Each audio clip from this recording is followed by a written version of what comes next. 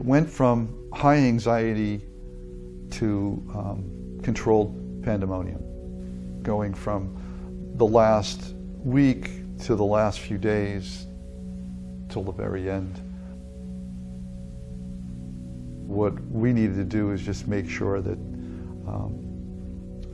we were facilitating this evolution of this evacuation, which was ultimately supposed to just go from Tonsanut. It was never intended to go out of the embassy. That was not the plan.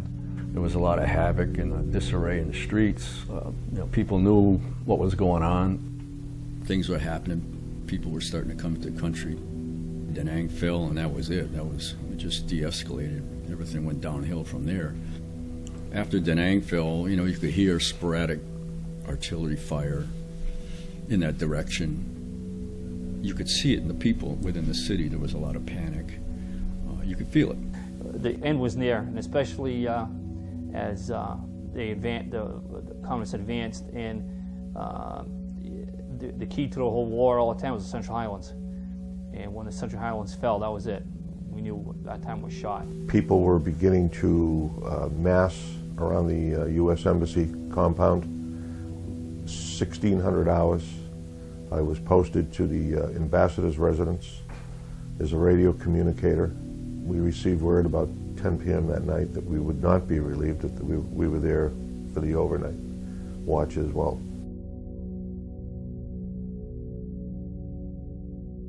We were waking up by incoming probably around between 3:30 and 4 in the morning.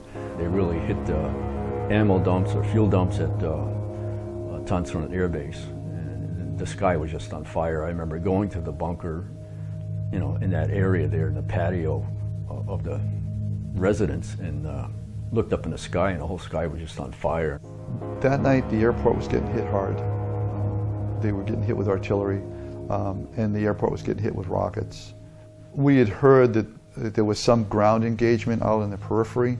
Just all hell broke loose out there. And then we got word that 2 Marines had been killed out there, and that was Darwin Judge and Charlie McMahon. We got a call from the ambassador. He didn't believe that the airstrip was rocketed beyond recognition, and we could still do a fixed wing evac. So we took a ride up to Tonsanut by full motorcade. He got all the information he needed, took a look at the airstrip. During that time, there was rockets flying around. I actually saw a rocket fly over the complex, and I had made a comment, God, if you could just, I'll do what I got to do, but just get my bones out of the country. That's all I ask of you. I think, as we look back at it now, that was pretty much the NVA's final message to say, all right, it's time. Your time has come. We exited and went back to the embassy. Things were starting to get hectic with the city. All the refugees were starting to surround the embassy. Everybody was panicking. They all wanted to get out because they knew we were leaving. The ambassador assumed we still had time. There was time for negotiations. I think they realized at that point that evacuation wasn't going to go from there. It all had to be brought back to the embassy. The ambassador probably was the most resistant to that whole concept, but they didn't want Americans to be seen as giving up and leaving. So he held on until it was too late. So then by 11 o'clock I had gotten a call from the ambassador to come up and see him, so I went into his office, and he said, I want you to do something for me. I said, yes, sir. And he said, I want you to take my wife to Ambassador Sullivan's summer residence in Manila and stay with her till I get there. And I said, yes, sir, but my mission is to stay here with you.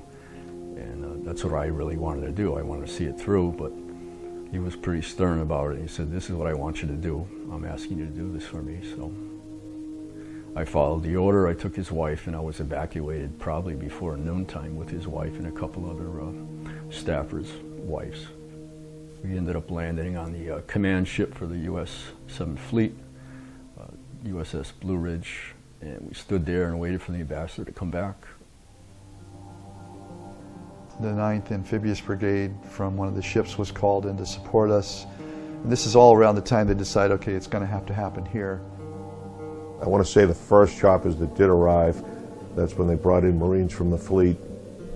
You know, there was just no way that the 48 Marines that were stationed at the embassy could maintain the crowd controlled. It had gone from high anxiety now to a sort of a low level of panic, where people were trying to get over the walls to get into the embassy compound with the thought that they would be evacuated out of there. I'd say there were probably upwards of 5,000-6,000 people outside that compound, just trying to climb the wall, trying to get inside the compound, you know, just looking for that ride, you know, to freedom. There were a lot of people who were just pressed against this big iron vehicle gate, hoping that we would open that gate and let them in. They were offering you gold. They were offering you cash. You know, you don't take me, but take my child. They're saying to you, take my child. If you can't take me, take my child. And you had no answer for them. On the roof, we had the 46s go doing evac, and on the embassy parking lot, they had 53s. We were loading people on, the helicopters were leaving, coming in, loading, leaving, coming in. I'd say normally you'd probably get 28 Marines fully loaded with gear into each helicopter. Conservatively, I'd say we were putting 45 to 50 Vietnamese people in each helicopter. This was going on over and over and over and over again. It kind of went like that throughout the night, just trying to get everybody we had in that compound out. And so as it got late, we were still evacuating a lot of people, but then sometime in the morning we got word that there was only going to be a few more helicopters.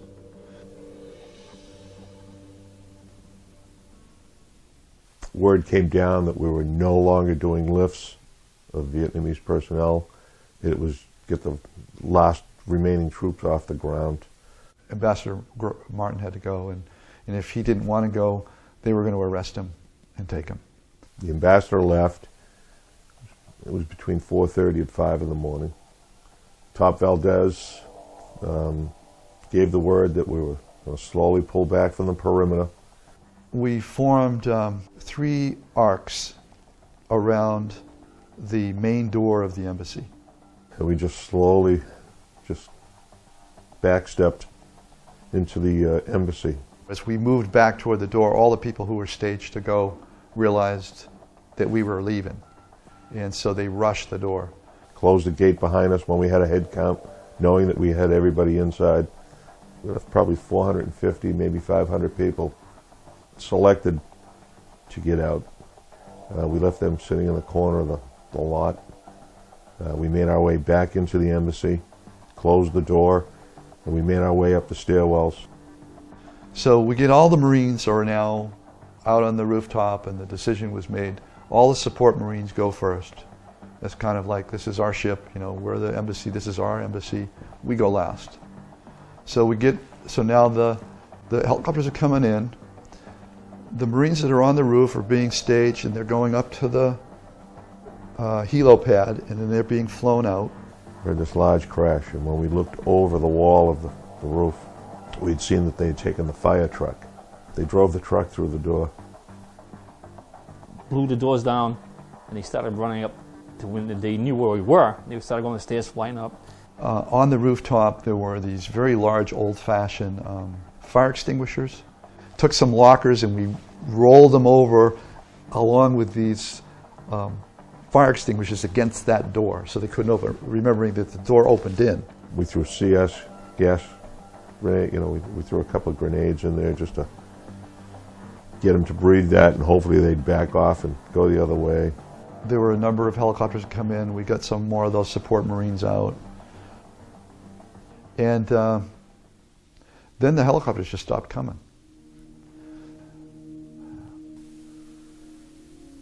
Say 35, 40 of us still sitting on the roof waiting to go. All the grunts had already been gone. You know, when that last chopper left, we just waited and waited and waited for another chopper to come back, and it never did. And then I said we could hear the tanks rolling in down. And Major Keno, he brought us. We were sitting on that roof, and we were waiting. And he turned around and said, "Look," he said, "we're Marines. We're going to defend what we need to defend, and we'll die like Marines." And I think that's when the reality hit that I think we're in trouble here. Everybody has fear. Fear is a very normal and sometimes helpful emotional reaction to a threat. Courage is about how you manage fear. And on that roof, I gotta believe everybody felt very vulnerable. Finally, we saw the helicopters, a couple of gunships escorting them. First one landed. And the first group went in, the first chopper went off, and I think the first one came in like 7:30 or something like that. And then I one left, and the next one came in about, I think it's 7:45, give or take. I got on the helicopter. Helicopter lifted off. I remember asking the guy across from me what time it was.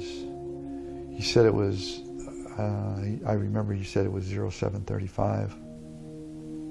As he made the pitch, and we looked out the rear door, you could see columns of tanks, the support trucks, you could see other people undressing, and those were the South Vietnamese soldiers that just gave up and said, "Ooh," and they just clothes laying on the street, boots laying on the street.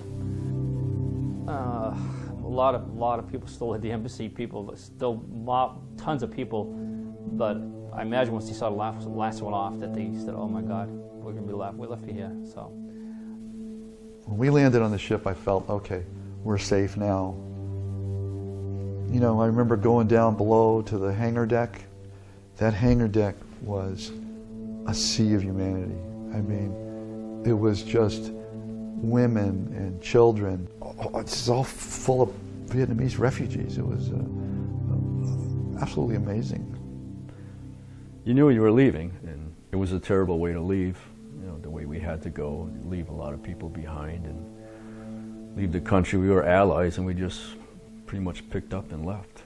I mean, the North Vietnamese let us go, obviously. Of course, they knew the whole fleet was out there, so they couldn't really mess with us, but their intentions was to let us go and get our people out of the country. I think that's why it went so well.